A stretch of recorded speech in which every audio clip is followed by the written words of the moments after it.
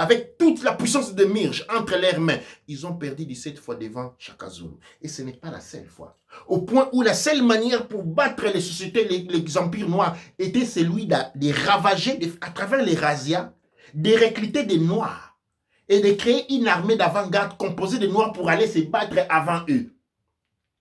Toutes les différentes batailles que nous avons eues dans le monde entre le monde mélanodème a opposé des Noirs vendus aux Blancs et des Noirs qui étaient en train de défendre leur territoire. Et ils ont perdu beaucoup de fois. Seulement quand nous prenons le Royaume Congo, l'on porte à penser que la guerre qui a porté à la disparition du Royaume Congo a duré quelques années. Non. Cette guerre a duré très longtemps.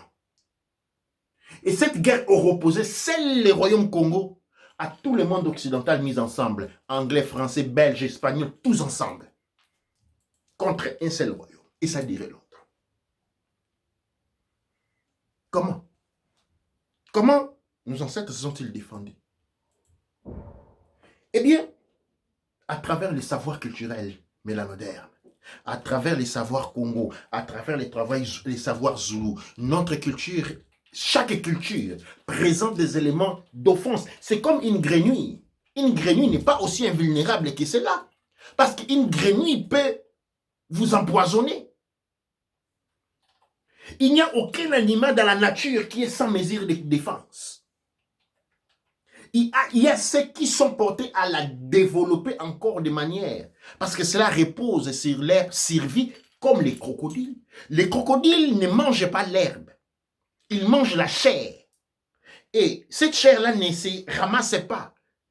Et donc, il a été porté naturellement à développer plus les instruments de confrontation physique pour sa survie. Mais les lapins aussi ont des armes. Mais seulement les lapins ne mangent que l'herbe. Il n'a pas besoin de développer les capacités parce que ça ne lui servirait à rien. C'est comme ça que se balance la nature. Nos cultures avaient des systèmes de défense culturels. Ce sont les mêmes instruments militaires qui, aux premières confrontations, ont porté tous les systèmes occidentaux militaires à connaître l'échec. Après cet échec, on nous envoie les religions révélées qui parlent de Jésus-Christ, qui vont nous convaincre que voilà, nos instruments militaires contre lesquels nous nous défendions contre les envahisseurs étaient de nature diabolique. Parce que ce que les envahisseurs utilisaient pour nous attaquer, nous tuer, étaient de nature divine. Et par conséquent, comme ces instruments-là, les nôtres, étaient de nature démoniaque, les Christ n'étaient pas d'accord. Pour que les Christ soient contents des Noirs, il fallait que les Noirs se développent, se débarrassent de toutes ces techniques culturelles. C'est tous des systèmes de force qui lui permettaient de repousser l'ennemi et d'accepter le Christ.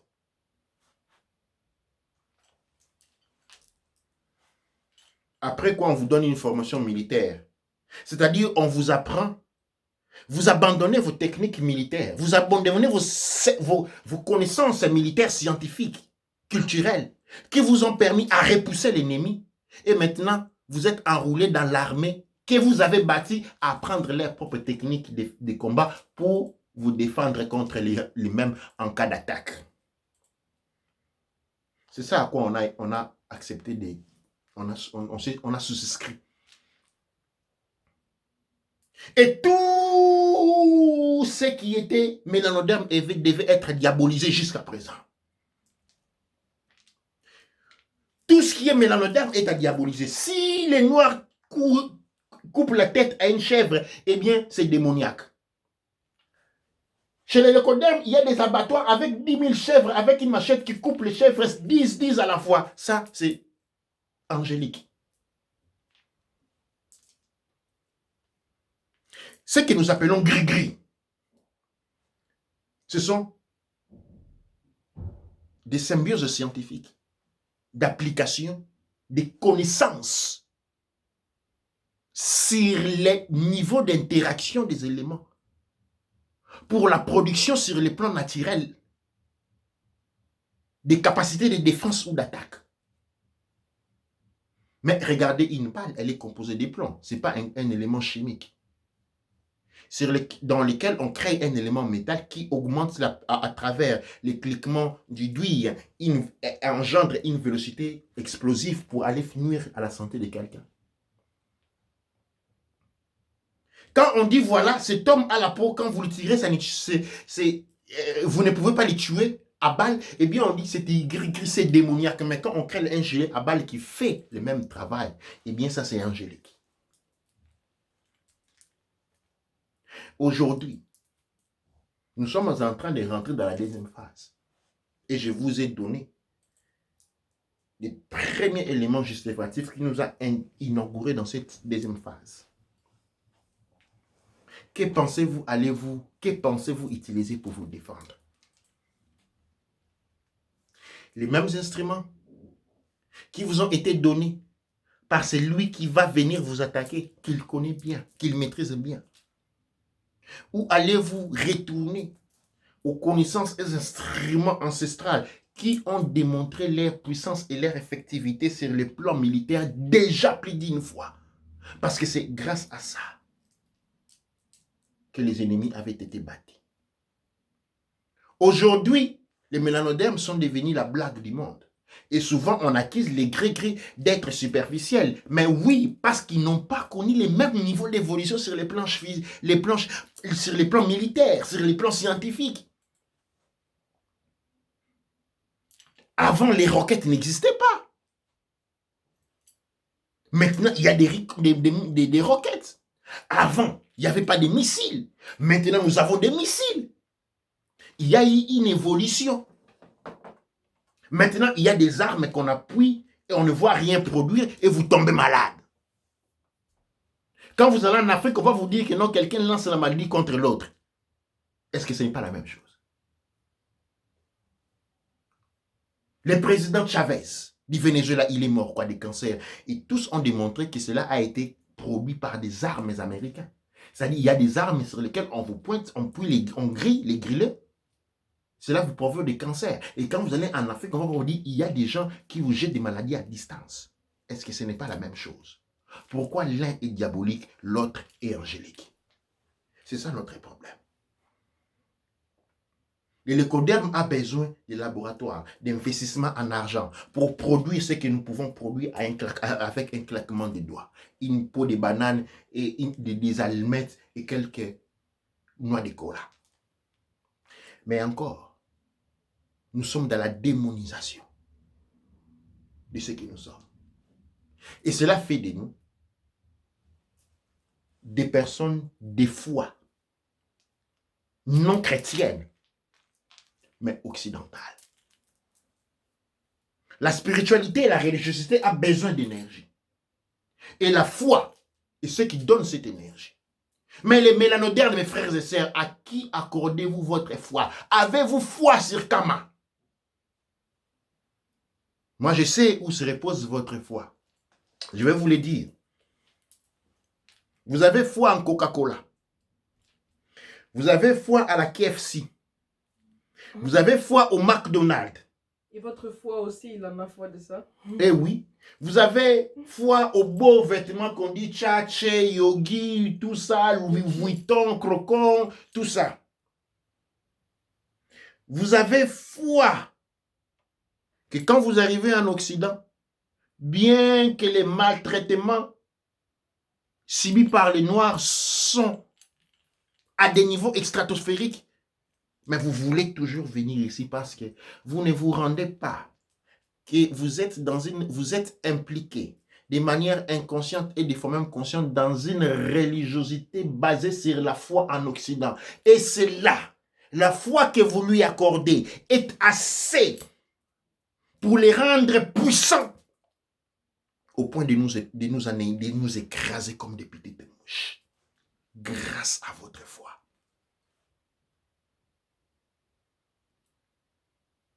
Regardez-vous intérieurement. À quoi avez-vous foi? La foi, c'est la force de la détermination. À vous avez-vous foi? Quelles sont vos aspirations? Quelle est la direction de vos aspirations? Quelle est l'orientation de vos aspirations? Parce que la foi La foi, ce n'est pas la croyance sans questionnement. La foi, c'est le caractère de la détermination. Et notre foi détermine une religiosité, des fois non facilement perceptible. Mais la puissance est déterminée par la religiosité. Et cette religiosité qui s'étend à travers tous les instruments auxquels nous avons adhéré à travers la télévision, qui ne parle que de l'Occident. L'éducation africaine, promise par l'UNESCO, qui ne parle que de l'Occident. Les bourses occidentales, les femmes occidentales, tout ça crée une énorme quantité d'un déterminant que j'appelle la foi. Et cette foi-là nourrit la spiritualité occidentale et lui donne la capacité de nous écraser à chaque moment. C'est ainsi que pour s'attaquer à un pays africain, même si on fait partie de l'ONU, on s'en fout, on a tapé un accord, on va, ils sont écrasables. Pourquoi? Parce que nous leur donnons notre foi. Nous n'avons pas foi en Afrique, c'est un mensonge quand nous disons que nous n'avons absolument pas. Et vous ne serez même pas à mesure de me dire que voilà, j'ai foi en Afrique. Parce que vous n'y avez jamais pensé. Vous n'avez pas été éduqué de cette manière. Et aujourd'hui, je suis là pour refaire cette éducation-là. La foi en Afrique, la foi en l'homme noir, la foi en la femme noire est assez pour générer ce quantitatif d'énergie qui nous permettra de nous relever. C'est ainsi que je vous invite à vous regarder intérieurement et répondre à la question. Regardez-vous dans le miroir, répondez-vous à la question, à qui avez-vous foi? Voilà au Christ, vous avez la réponse. Au Christ. Et le Christ, c'est un symbole. Le Christ est un symbole. Il représente qui, le Christ? Le Christ représente l'Occident. Et quand vous avez foi au Christ, vous avez foi en l'Occident. C'est-à-dire, volontairement, vous donnez toute votre énergie à l'Occident. Vous donnez toute votre force vitale et spirituelle à l'Occident. Et ces égrégores, construits grâce à ces dons aussi bénévoles que ignorantes, les nourrit, lui donnent la force. Et l'on dit, voilà, l'Europe est en train de tomber. Que l'Afrique a la possibilité de se relever. Lèvons-nous. Allons, faisons le kémétisme. Vous vous rappelez, comment avez-vous déterminé que l'Europe est en train de tomber? Aussi longtemps que le culte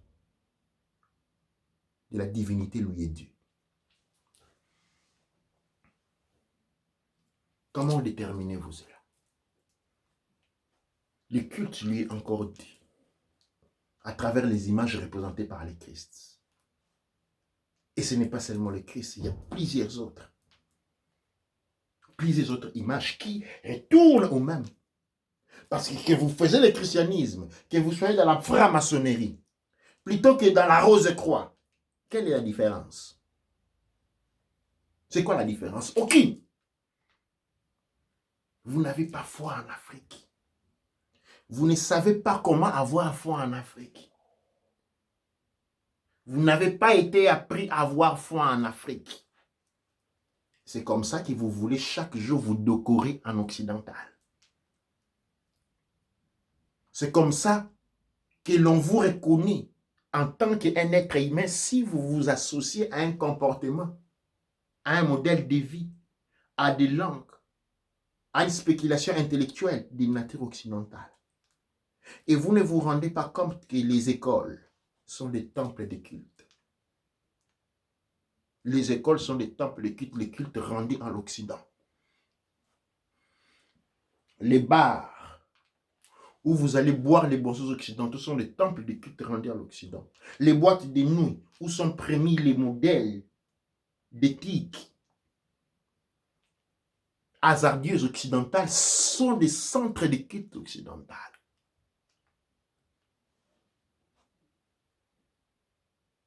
Et donc, l'on participe de manière inconsciente, sinon ignorante, au culte qui renforce l'Occident. On n'a pas foi en Afrique. Dès que l'on vous dit, allons en Afrique, vous pensez, la première chose que vous penserez, on va aller souffrir. Pendant que vous souffrez en Europe, vous ne voulez pas reconnaître cela. Pourquoi? La foi en Europe.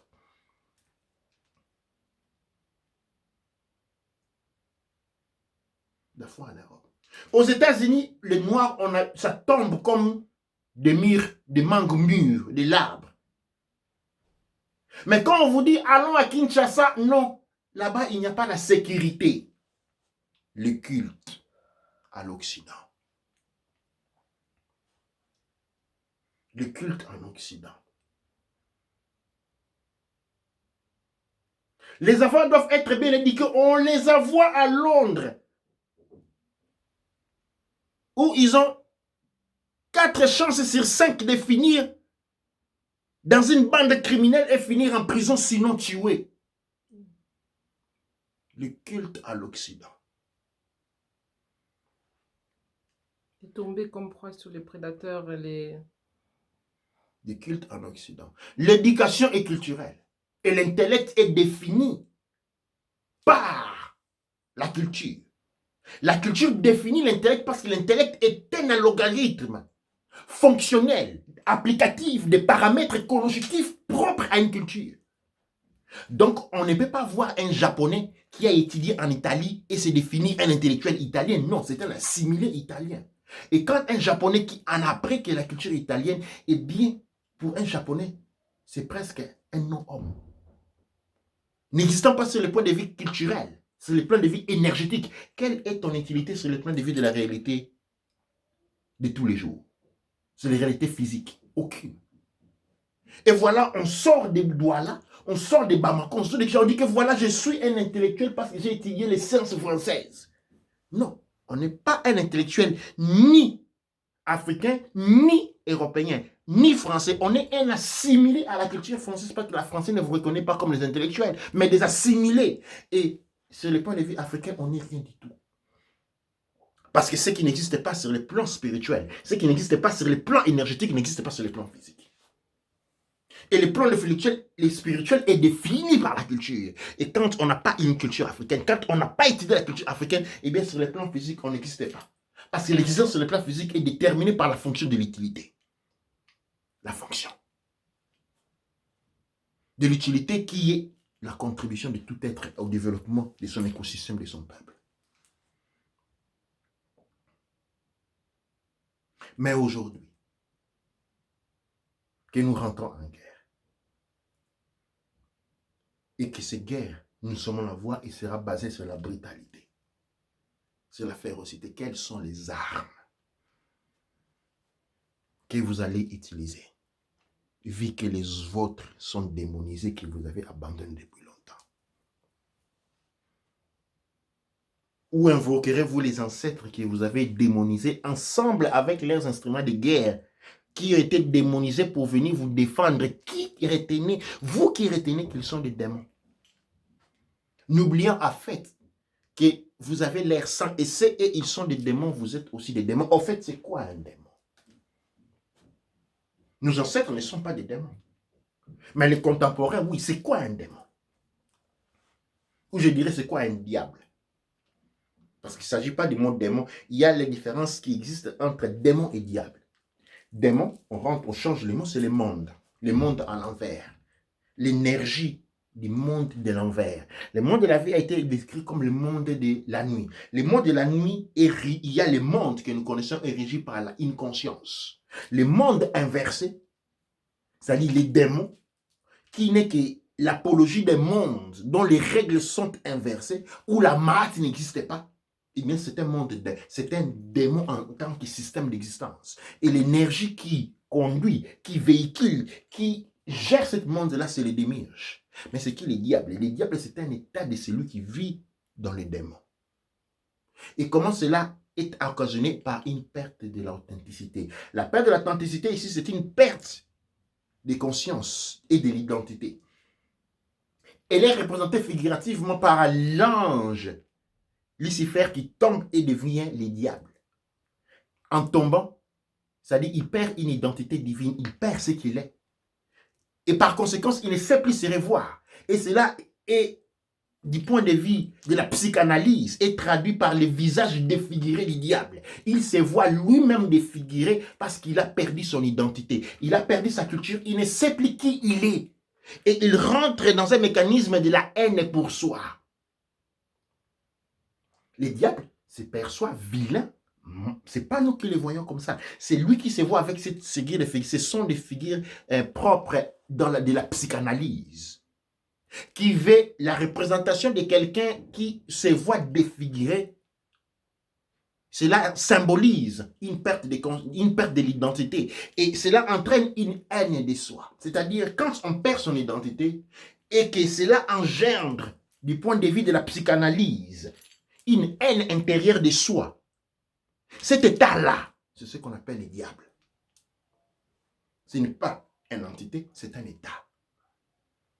Et nous avons été rendus diables par une perte d'identité et la haine de soi. La haine de soi que nous exprimons chaque jour. Eh bien, aujourd'hui, nous, avant de rentrer dans cette guerre, nous devons faire ce travail de nous souvenir qui nous sommes. Nous devons rentrer en profondeur, connaître qui nous sommes. Nous révéler pour notre propre identité parce que nous devons retourner ange. Nous devons passer de l'état du diable à ange pour pouvoir combattre même cette guerre. Cette guerre ne se passerait pas sur le plan de la violence comme levé à Pep. Pour nous convaincre à nous courber par la violence que nous allons pouvoir être témoins. Mais cette guerre, nous la gagnons en réassumant notre identité ancestrale, en réassumant ce que nous sommes, en embrassant avec amour ce qui est en nous et en sortant de la démonisation de ce que nous sommes nous-mêmes. Nos armes ne sont pas des armes de destruction des masses. Ce sont les armes qui rapportent la maths.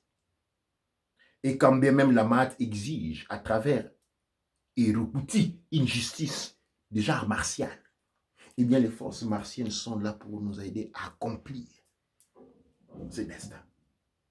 Mais avant cela, avant que nous rentrons dans la deuxième vague, et qui aura pour protagoniste, qui vous savez, nous devons nous préparer. Les couches Kamit Congo nous donnent un plan d'exécution. Les couches Kamit Congo nous donnent un plan de réalisation, un plan de connexion. À travers la forêt Mouka que nous avons appris, que nous appelons dans la langue Congo les Kilongo, nous nous réalignons à notre état de perception intérieure et de justification sur le plan de la matière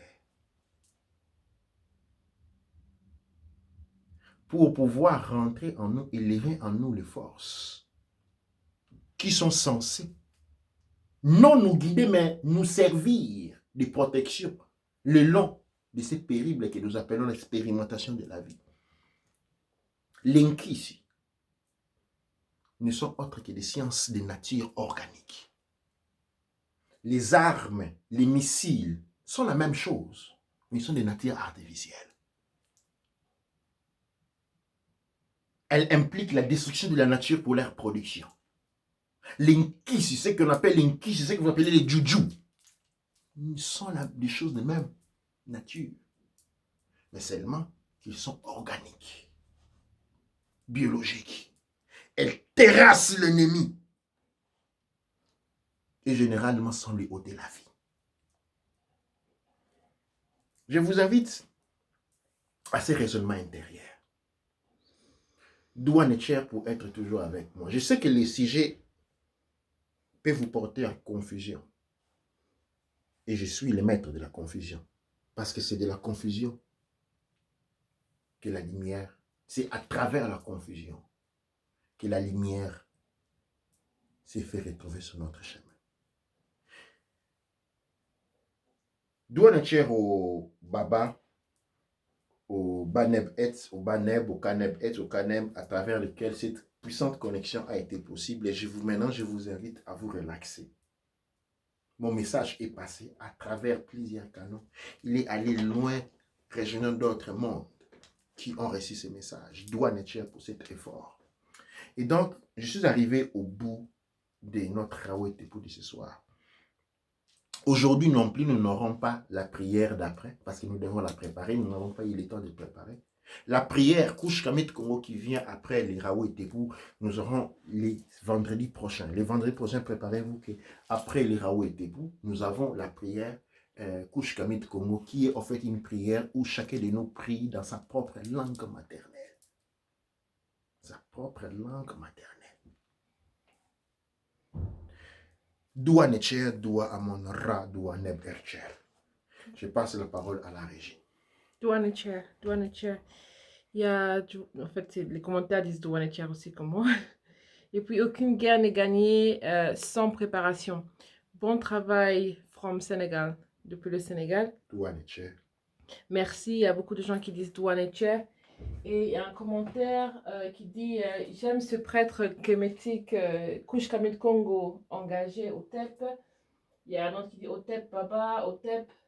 Voilà, il y a un commentaire de Jonas qui dit comment se tenir face à nos détracteurs qui disent que notre spiritualité était où quand l'Europe et les Arabes nous ont esclavagisés et nous ont colonisés.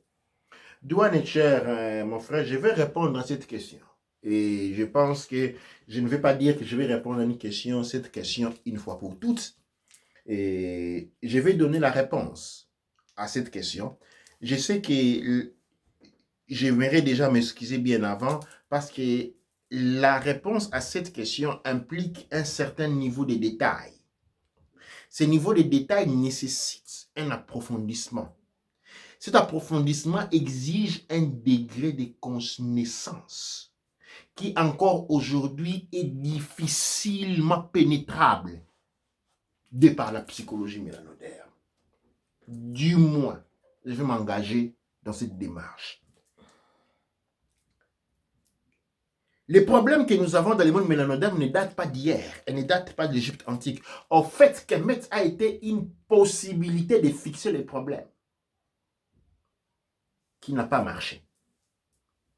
Kemet est construit sur les connaissances des civilisations antérieures. Et chaque fois, ces différentes civilisations qui ont échoué ont été une tentative. Et donc, Kemet est une des dernières, pour ne pas dire la dernière, de reconstruire un état des choses. Il se passe il y a des millions d'années. Dans les systèmes galactiques qu'on appelle les Nzapasianes.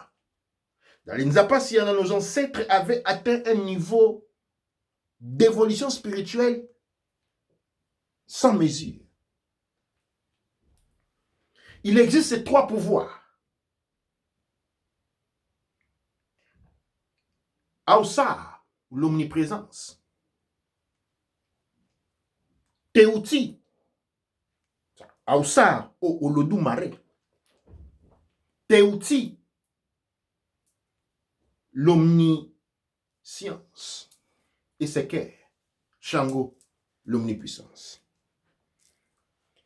La loi divine, à travers la maths, instillait depuis toujours que le pouvoir législatif, c'est-à-dire celui de décider de la vie des gens, celui de faire des lois, était une prérogative du créateur Olodumare Nzakoma.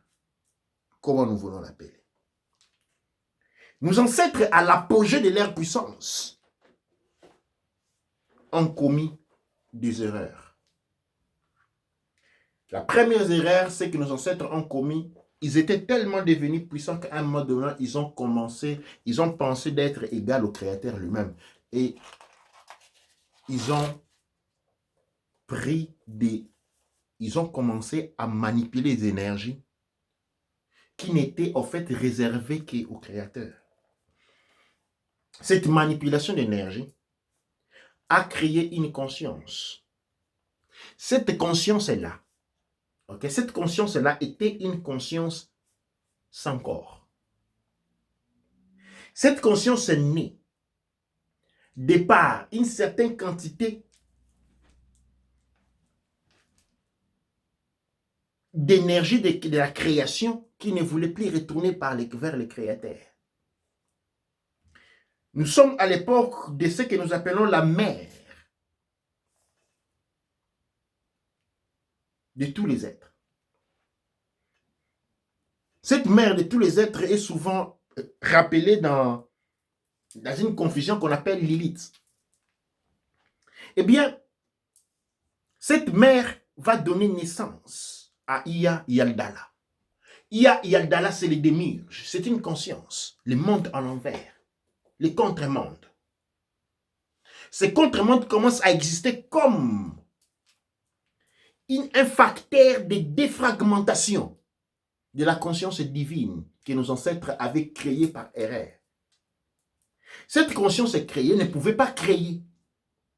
Parce que quand on se tâche du Créateur, on vit, on a la science, on vit pendant longtemps, mais on n'a pas le pouvoir de la création, qui lui est garanti par les premiers pouvoirs, Olodumare ou Aosar. Cette conscience maintenant rentre dans un cycle de guerre. Qu'est-ce que c'est là? Pour pouvoir créer, pour pouvoir exister, il doit posséder des mondes.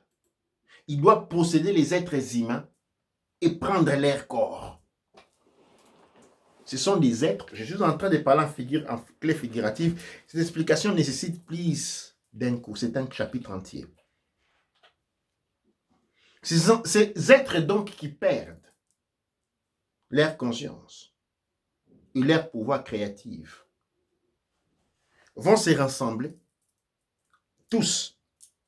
Et ces rassemblements-là de tous ces êtres-là qui ont désobéi à la loi, vont créer une conscience ensemble. Et cette conscience-là va être au service de Yaldala. Yaldala, c'est les démiurges, l'ancien du temps, représenté par la religion saturnienne, européenne, occidentale.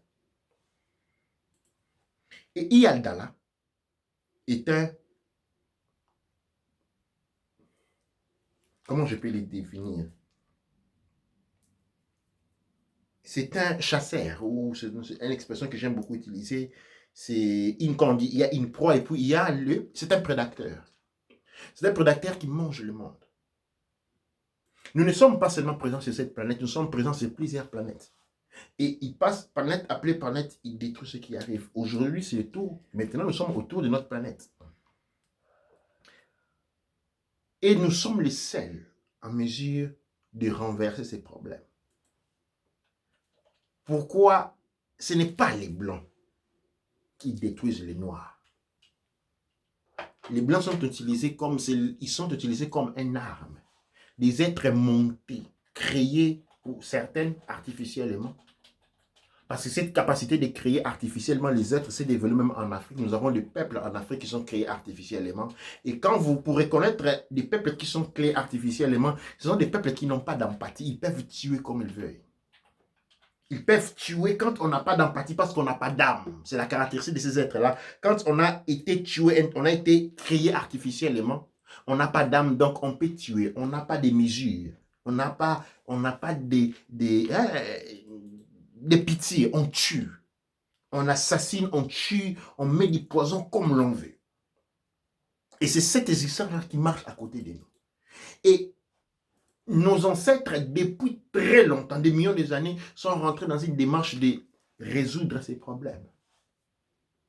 Mais malheureusement, génération après génération, des erreurs qui se sont encore commises, beaucoup d'autres erreurs ont encore été produites. Dans les tentatives de réparer la situation précédente, d'autres erreurs ont été promises qui ont aggravé la situation. Et comme solution, on est rentré dans certains tunnels, ils sont rentrés dans certains tunnels dimensionnels et ont fait exploser des trous noirs. En explosant les trous noirs, cela créait plusieurs directions dans les lignes de l'espace-temps, avec l'espoir que les démiurges, Yaldala et avec son armée de Kingalam, ne puisse pas nous rejoindre. Mais encore une fois, les calculs ont été mal faits et ils nous ont rejoints. Nous ne sommes pas en train de nous battre contre nos frères occidentaux.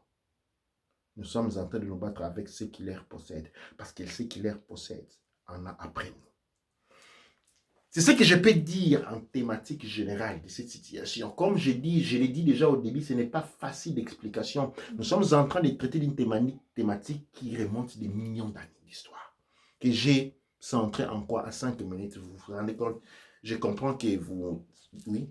Juste pour dire qu'on a eu une coupure sur Facebook, le lien sera interrompu sur YouTube. Oui. Donc, pour quelques personnes qui ont raté la coupure, donc on a eu une petite coupure. Oui, il y a une coupure, donc ça va être repris. Cette partie, et après, juste l'émission va être reprise sur un YouTube et vous serez en mesure de suivre l'intégralité d'Ouane Etcher. Et donc, la question ou les points sur lesquels nous nous trouvons aujourd'hui, et nous devons nous revaloriser. Nous avons besoin de votre énergie. Nous avons besoin de votre foi. Pas la foi en moi, mais la foi en vous-même. Nous avons besoin de la foi en Afrique. Si vous nous donnez cette foi-là, en vous-même, si vous nous garantissez la foi en Afrique, eh bien, nous serons en mesure de faire des miracles et sauver notre monde. Mais si votre adulation, si vos espoirs, si vos aspirations sont-elles tournées vers l'Occident, eh bien, nous n'aurons pas assez d'énergie pour pouvoir sauver. La propagande occidentale est devenue les siens de notre existence. Elle nous séduit depuis les ventres de notre mère. Ou même l'alimentation traditionnelle disparaît au profit d'alimentation occidentale. L'alimentation occidentale est une propagande religieuse orientée à détourner votre foi. Votre foi doit regarder vers l'Occident. Et vous la trouvez partout, dans les films, tout ça, tous ces mécanismes-là. C'est un mécanisme d'appropriation des foi. Et une fois que les foi, l'on se sent en sécurité seulement en Europe. L'on se sent bien seulement en Europe. L'on se sent bien seulement quand on s'appelle Jacques, quand on s'appelle Maton, on Grèce un peu. Toute cette mentalité-là, même l'école, c'est une propagande. C'est une religion. Si vous pensez que la religion catholique allait à l'église et c'est ce qui était en train de vous détruire, vous pouvez être aussi loin de la vérité. C'est tous les mécanismes qui veut que nos consciences, notre observation, notre attention sont focalisées vers l'Occident. C'est ça la foi en Occident. Et aujourd'hui, je vous appelle à prendre cela en considération, en conscience. Parce qu'aujourd'hui, comme jamais, nous avons besoin de votre foi. Comme je le répète, nous n'avons pas besoin que vous croyiez en Kikela Wamazulu.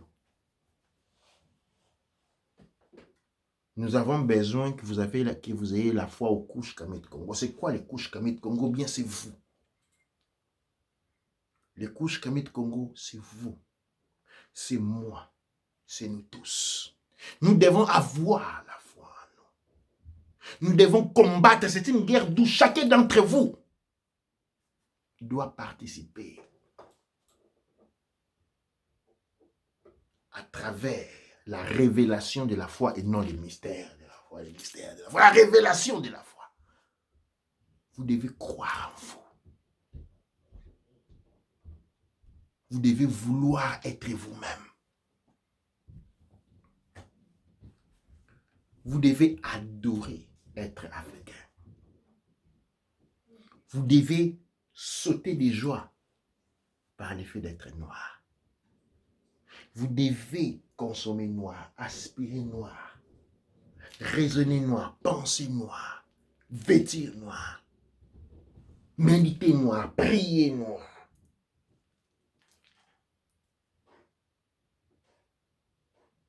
Votre image, votre corps physique est les reflets de votre moi intérieur. Le moi qui, lui, est construit sur les mécanismes de l'intellect est un réceptacle dans lequel agissent les énergies en provenance du soi. Les soi